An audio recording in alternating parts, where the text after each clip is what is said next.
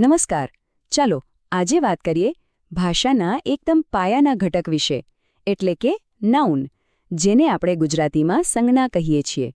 સીધી વાત છે, આ એ શબ્દો છે જેનો ઉપયોગ આપણે આપણી આસપાસની દરેક વ્યક્તિને, દરેક વસ્તુને નામ આપવા માટે કરીએ છીએ. આપણી સ્ક્રીન પર અત્યારે જે દેખાઈ રહ્યું છે એ જ આપણો આજનો રોડમેપ છે.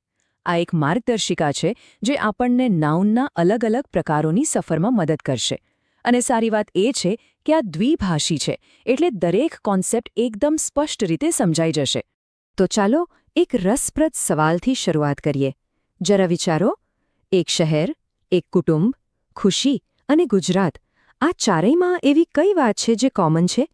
જવાબ એ છે કે આ બધા જ નાઉન એટલે કે સંજ્ઞા છે. પણ અહીંથી જ વાત રસપ્રદ બને છે, કારણ કે આ બધા એક જ પ્રકારના નાઉન નથી, પણ અલગ અલગ પ્રકારના છે. તો ચાલો આને ઊંડાણમાં સમજીએ. સૌ પ્રથમ આપણે નાઉનની સૌથી સરળ અને સ્પષ્ટ જોડીથી શરૂ કરીશું, એટલે કે એવી વસ્તુઓ વિશે વાત કરીશું જેને આપણે જોઈ શકીએ છીએ, ઓળખી શકીએ છીએ. આ બંને વચ્ચેનો મુખ્ય તફાવત સમજવો ખૂબ જ સરળ છે. વિચારો, જ્યારે આપણે કહીએ એક કૂતરો, તો એ કોઈ પણ કૂતરો હોઈ શકે, બરાબર? એ સામાન્ય છે. પણ જ્યારે આપણે કોઈ ચોક્કસ કૂતરાનું નામ લઈએ તો એ ખાસ બની જાય છે. એ જ રીતે એક શહેર એ સામાન્ય છે, પણ એક ચોક્કસ શહેર એ ખાસ છે. તો કોમન નાઉન એટલે કે સામાન્ય નાઉનની વ્યાખ્યા શું છે? બહુ સીધી વાત છે. તે કોઈ પણ સામાન્ય વસ્તુ, વ્યક્તિ કે જગ્યાને આપેલું નામ છે. કોઈ એક ચોક્કસ નહીં, પણ જનરલ. દાખલા તરીકે પુસ્તક, કૂતરો કે શહેર. જુઓ, આ શબ્દો કોઈ એક ચોક્કસ પુસ્તક કે શહેરની વાત નથી કરતા. એ તો એક આખા વર્ગની વાત કરે છે. આ વાક્ય જુઓ, કૂતરો જોરથી ભસી રહ્યો છે. અહીં કૂતરો શબ્દ કોઈ પણ કૂતરા માટે હોઈ શકે છે. કોઈના પાળેલા ચોક્કસ કૂતરાની વાત નથી, એટલે જ આ એક સામાન્ય નાઉન છે. હવે આવીએ પ્રોપર નાઉન પર, એટલે કે ખાસ નાઉન. આ કોઈ ચોક્કસ, એકદમ સ્પેસિફિક વ્યક્તિ, જગ્યા કે વસ્તુનું નામ છે. અને હા, આને ઓળખવાનો સૌથી સહેલો નિયમ એ હંમેશા કેપિટલ લેટરથી જ શરૂ થાય છે. જેમ કે રાજ, જે કોઈ એક ચોક્કસ વ્યક્તિનું નામ છે. ગુજરાત, જે એક ચોક્કસ રાજ્યનું નામ છે. અને મુંબઈ, જે એક ચોક્કસ શહેરનું નામ છે. આ બધા પ્રોપર નાઉનના એકદમ પરફેક્ટ ઉદાહરણો છે. આ વાક્યમાં ગુજરાત એક ચોક્કસ રાજ્યનો ઉલ્લેખ કરે છે, એટલે જ એક પ્રોપર નાઉન છે. સારું, તો હવે થોડા આગળ વધીએ અને એવા નાઉન્સ જોઈએ જે થોડા વધુ વૈચારિક, વધુ અમૂર્ત છે. હવે આપણે એવા નાઉન્સની વાત કરીશું જેને કદાચ આપણે સીધા સ્પર્શી ન શકીએ. અહીં આપણે બે વસ્તુઓ વચ્ચેનો તફાવત સમજીશું. એક, વસ્તુઓના સમૂહ માટે વપરાતા નામ, અને બીજું, એવી વસ્તુઓના નામ જેને આપણે ભૌતિક રીતે સ્પર્શી શકતા નથી. એટલે કે એક બાજુ સમૂહ છે તો બીજી બાજુ ભાવનાઓ અને વિચારો. કલેક્ટિવ નાઉન એટલે કે સમૂહદર્શક નાઉન. આ એક એવો શબ્દ છે જે એક સાથે ઘણા બધા લોકો કે વસ્તુઓના આખા જૂથ કે સંગ્રહ માટે વપરાય છે. ઉદાહરણ તરીકે ટીમ, જેમાં ઘણા ખેલાડીઓ હોય છે. કુટુંબ, જેમાં ઘણા બધા સભ્યો હોય છે.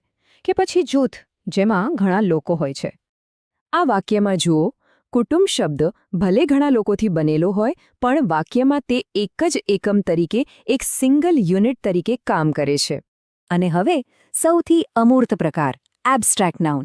આ એવા નાઉન છે જે કોઈ વિચાર, ગુણવત્તા કે લાગણીનું નામ છે. એવી વસ્તુઓ જેને આપણે જોઈ કે સ્પર્શી શકતા નથી, પણ હા, અનુભવી ચોક્કસ શકીએ છીએ. જેમ કે પ્રેમ, ખુશી અને સફળતા. આ બધી એવી અવસ્થાઓ અને લાગણીઓ છે જેનું કોઈ ભૌતિક સ્વરૂપ નથી, પણ તે આપણા જીવનમાં ખૂબ જ વાસ્તવિક છે. આ વાક્યમાં પ્રેમ એક એવો શક્તિશાળી કોન્સેપ્ટ છે જેને આપણે અનુભવી શકીએ છીએ. એટલે જ એ એક એબ્સ્ટ્રેક્ટ નાઉન છે. તો સવાલ એ છે કે આ બધા પ્રકારો યાદ કેવી રીતે રાખવા? ચાલો, આ બધાને એકદમ સરળતાથી યાદ રાખવા માટેની કેટલીક મજેદાર ટ્રિક્સ જોઈએ. તો આ 4 મુદ્દા પર ધ્યાન આપીએ. પહેલું, કોમન નાઉન એટલે આપણી રોજબરોજની સામાન્ય વસ્તુઓ. બીજું, પ્રોપર નાઉન. આની સૌથી મોટી ઓળખ એ છે કે તે હંમેશા કેપિટલ લેટરથી શરૂ થાય છે. ત્રીજું, કલેક્ટિવ નાઉન એટલે કે એક જ શબ્દમાં ઘણા બધા લોકો કે વસ્તુઓનો સમૂહ. અને છેલ્લે એબ્સ્ટ્રેક્ટ નાઉન, મતલબ કે એવી કોઈ વસ્તુ જેને આપણે અનુભવી શકીએ પણ જોઈ ન શકીએ. બસ આટલું જ સરળ છે. તો આ બધું શીખવાનો અર્થ શું છે? આ બધું જાણવું શા માટે આટલું મહત્વનું છે? ચાલો હવે આ વ્યાકરણના જ્ઞાનને એના વાસ્તવિક જીવનના ઉપયોગ સાથે જોડીએ. જુઓ, આની પાછળનો મુખ્ય મુદ્દો એ છે કે જ્યારે આપણે નાઉનના આ પ્રકારોને સમજીએ છીએ ત્યારે આપણી વાતચીત વધુ સ્પષ્ટ બને છે, આપણું લખાણ વધુ ચોક્કસ બને છે અને આપણી ભાષામાં એક તાકાત આવે છે. આ ટૂલ્સ પર પકડ મેળવવાથી આપણા વિચારોને વધુ અસરકારક રીતે રજૂ કરી શકાય છે. અને અંતે એક પ્રશ્ન જેના પર વિચાર કરી શકાય. હવે જ્યારે નાઉનના આ મુખ્ય પ્રકારો વિશે જાણકારી મળી ગઈ છે, ત્યારે શું ક્યારે વિચાર્યું છે કે રોજિંદા જીવનમાં કયા પ્રકારના નાઉનનો સૌથી વધુ ઉપયોગ થતો હશે?